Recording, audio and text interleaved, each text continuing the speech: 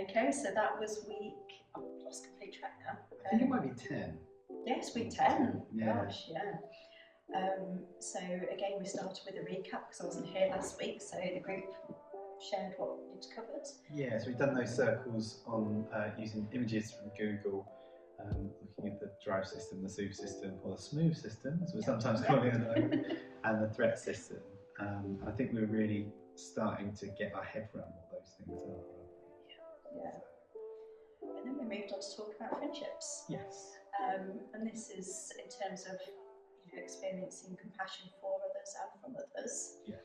And the importance of friendships in that. And I think group members were really sharing that they've not had that much experience of friendships.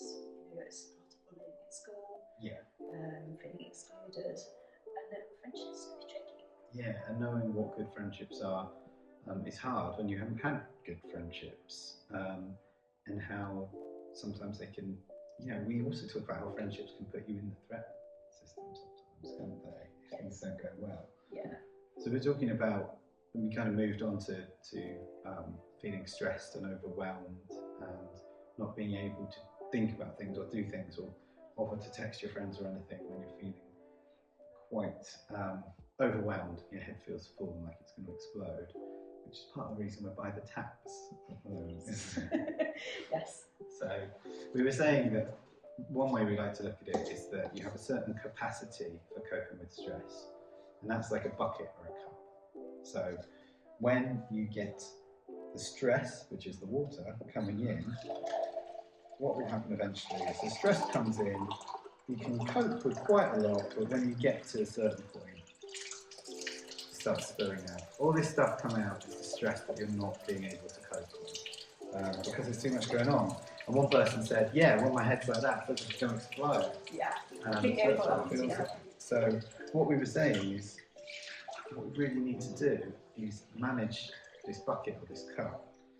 And with the things that are helpful for us, or the good things, then kind of make holes. So a friendship with someone, when you speak to them a lot, can be a hole.